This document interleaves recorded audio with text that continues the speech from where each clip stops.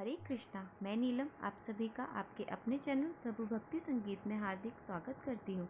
आप सभी को मकर संक्रांति की हार्दिक शुभकामनाएं। आज की वीडियो में हम मकर संक्रांति के शुभ मुहूर्त, उससे जुड़ी पूजा विधि और उसकी कथा का रसपान करेंगे। उसके लिए आप पूरी वीडियो अवश्य सुने। मकर संक्रांति का त्यौहार पूरे देश में उत्साह के साथ मनाया जाता है। मकर संक्रांति के दिन दान करना विशेष फलदायी माना जाता है। इसके अलावा मकर संक्रांति पर कुछ आसान से कामों को करने से आप सूर्यदेव और शनिदेव दोनों की कृपा पा सकते हैं। मकर संक्रांति हिंदुओं का एक प्रमुख पर्व है जो पौष मास में सूर्य के मकर राशि में प्रवेश करने पर मनाया जाता है। इस वर्ष मकर संक्रांति का पर्व 14 जनवरी को मनाया जाएगा। इस दिन से ऋतु परिवर्तन की शुरुआत हो जाती है। मकर संक्रांति के दिन स्नान और दान पुण्य जैसे कार्यों का विशेष महत्व है। इस पर्व पर खिचड़ी बनाने और खाने की परंपरा है, जिसके कारण इसे कई स्थानों पर खिचड़ी पर्व के नाम से भी जाना जाता है। यह मान्यता है कि मकर संक्रांति के दिन सूर्यदेव अपने पुत्र शनि से मिलने आते हैं। सूर्य और शनि के आपसी संबंध के कारण यह पर्व विशेष महत्व रखता है। आमतौर पर इसी समय के आसपास शुक्र का उदय भी होता है, जिससे शुभ कार्यों की शुरुआत मानी जाती है। यदि किसी कुंडली में सूर्य या शनि की स्थिति प्रतिकूल हो तो इस दिन विशेष पूजा अर्चना के माध्यम से उसे सुधारने का प्रयास किया जाता है। अब बात करते हैं मकर संक्रांति के शुभ मुहूर्त की। सुबह 9:03 से लेकर शाम को 5:46 तक पुण्यकाल का मुहूर्त रहेगा और जो महापुण्यकाल प्राप्त हो रहा है वो सुबह 9:03 से लेकर सुबह 10:48 तक रहेगा। मकर संक्रांति के दिन आपको ये कार्य अवश्य करने चाहिए। इसके लिए आपको प्रातःकाल स्नान करना है। स्नान के बाद लोटे में लाल फूल अक्षत डाल के सूर्य देव को अर्घ अर्पित करें। सूर्य के बीज मंत्र का जाप करें। श्रीमद् भगवत गीता के किसी भी अध्याय का आप पाठ कर सकते हैं। इस पवित्र अवसर पर आपको अन्न, कंबल, तिल, घी का दान करना चाहिए। भोजन में अन्न से खिचड़ी बनाएं और उसे भगवान को अर्पित करें और प्रसाद के रूप में ग्रहण करें। संध्या के समय अन्न का सेवन करने से बचें। इस दिन किसी भी गरीब व्यक्ति को आप बर्तन सहित तिल का दान या अपनी श्रद्धा अनुसार, अपने सामर्थ्य अनुसार किसी भी प्रकार का आप दान कर सकते हैं। इससे आपको शनि से संबंधित हर प्रकार की पीड़ा से मुक्ति मिलती है। मकर संक्रांति को कहीं कहीं उत्तरायण भी कहा जाता है। मकर संक्रांति के दिन गंगा स्नान का विशेष महत्व है। इस दिन व्रत, कथा, दान और भगवान सूर्यदेव की उपासना करने का विशेष महत्व है। इस दिन किया गया दान अक्षय फलदायी होता है। इस दिन शनिदेव के लिए प्रकाश का दान करना भी बहुत शुभ होता है।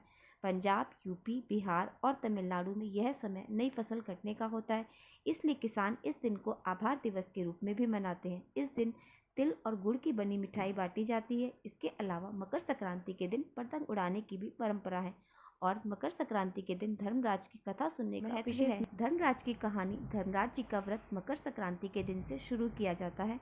धर्मराज जी के व्रत की कथा वर्ष भर सुनी जाती है। यमराज जी को ही धर्मराज के नाम से जाना जाता है। आइए अब हम कथा सुनते हैं। प्राचीन काल में बब्रू नामक वाहन नाम का एक राजा था। वह बहुत ही धर्मात्मा और दयालु था। उसके राज्य में हरिदास नाम का एक ब्राह्मण रहता था। हरिदास बहुत ही तपस्वी था। उसकी पत्नी का नाम गुणवती था। वह बहुत ही सुशील और धर्मवती थी। गुणवती एक पतिव्रता स्त्री थी और भगवान की बहुत बड़ी भक्त थी। गुणवती ने अपने जीवन में सभी देवी देवताओं की उपासना की। एकादशी, महाशिवरात्रि, जन्माष्टमी जैसे सभी व्रत व पूरे विधि विधान से सब कुछ किया करती थी। वह अपनी शक्ति के हिसाब से दान पुण्य भी करती थी और अतिथि के सेवा सत्कार से कभी मुंह नहीं मोड़ती थी। इस प्रकार वह जीवन भर धर्मपरायण रही। वृद्धावस्था में जब उसका देहांत हुआ तो धर्मराज के दूत उसे आदरपूर्वक धर्मराजपुर ले गए। धर्मराजपुर में सुंदर सिंहासन पर भगवान जी ने विराजमान थे। उनके पास ही चित्रगुप्त जी का स्थान था। चित्रगुप्त जी के मृत प्राणियों के पाप पुण्य का लेखा जोखा रहता था। धर्मराज जी को सुना रहे थे। उसी समय गुणवती भयभीत हुई और वह नीचे मुँह करके खड़ी हो गई। चित्रगुप्त जी ने उसके पाप पुण्य का ब्यौरा देखा, धर्मराज जी को दिया और उसके बाद धर्मराज जी को बहुत प्रसन्नता हुई क्योंकि उसने बहुत अच्छे काम किए थे। लेकिन फिर भी धर्मराज जी के मुंह पर कुछ उदासी दिखाई दी। यह देखकर गुणवती ने पूछा, मैंने अपने जीवन में कोई दुष्कर्म नहीं किया, फिर भी आपके मुख पर उदासी क्यों है? कृपया करके मुझे बताएं। धर्मराज जी ने कहा, देवी, तुमने सभी देवी देवताओं के व्रत किए, सबको संतुष्ट किया, लेकिन मेरे नाम से तुमने कभी कोई पूजा पाठ, दान पुण्य कुछ नहीं किया। यह सुनकर गुणवती ने धर्मराज जी से क्षमा याचना की और कहा, मैं आपकी उपासना करना नहीं जानती थी। कृपया करके उपाय बताइए जिससे आपके सभी मनुष्य कृपा के पात्र बने रहें। यदि मैं आपके मुख से भक्ति मार्ग को सुनकर मृत्यु लोक वापस जा सकूं तो आपको संतुष्ट करने का प्रयास मैं अवश्य करूंगी। धर्मराज जी ने बताया, मकर संक्रांति के दिन जब सूर्य भगवान उत्तरायण में प्रवेश करते हैं उस दिन से मेरी पूजा शुरू करनी चाहिए। पूरे 1 साल तक मेरी पूजा करें और मेरी कथा सुने।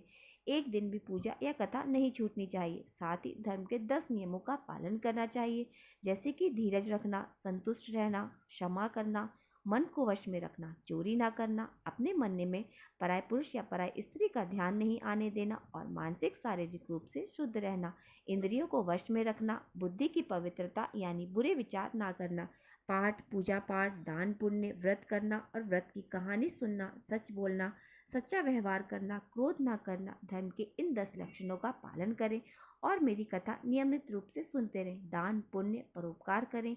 1 वर्ष बाद मकर संक्रांति के दिन आए तब इस व्रत का उद्यापन करें। अपने सामर्थ्य के अनुसार मेरी मूर्ति बनवाकर विधि विधान से प्राप्त प्रतिष्ठा करवा के पूजा और हवन करें। साथ ही चित्रगुप्त जी की भी पूजा करें। काले तिल के लड्डू का भोग लगाएं, ब्राह्मण भोजन कराएं, बांस की कटोरी में 5 सेर अनाज दान करें। इसके अलावा गद्दा, तकिया, कंबल, चप्पल, लोटा, वस्त्र आदि भी देने चाहिए। हो सके तो गौदान भी करें। धर्मराज जी की बात सुनकर गुणवती ने विनती की, हे प्रभु, मुझे फिर से मृत्यु लोक जाने दे।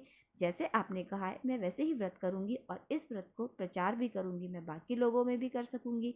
धर्मराज जी ने इसके लिए अपनी सहमति दे दी। गुणवती वापस जीवित हो गई, उसके शरीर में जान आ गई और वह उठ खड़ी हुई। उसके सभी परिवारजन यह देखकर बहुत प्रसन्न हुए और अपने परिवारजन को बताई और कहा, धर्मराज जी का व्रत अवश्य करें और धर्म का पालन करेंगे। मकर संक्रांति के आने पर गुणवती और उसके पति ने धर्मराज जी के व्रत को शुरू किया। 1 वर्ष बाद विधि विधान से उस व्रत का उद्यापन किया। इस व्रत के प्रभाव से उन्हें धर्मराज जी की कृपा की प्राप्ति हुई और मोक्ष स्वर्ग की प्राप्ति हुई। बोलो धर्मराज जी की जय। भक्तजनों, ये कथा यहीं पर समाप्त होती है। आशा करती हूँ आप सभी को आज की वीडियो उपयोगी लगी होगी। आज की वीडियो अगर आप सबको थोड़ी सी भी उपयोगी लगी हो तो मेरी वीडियो को लाइक और मेरे साथ जुड़े रहने के लिए चैनल को सब्सक्राइब अवश्य कर लें। तो मिलते हैं हम आपसे अगली वीडियो में। ओम गृणी सूर्याय नमः। सूर्य देव की कृपा और शनिदेव भगवान की कृपा सदैव आप पर और आपके परिवार पर बनी रहे।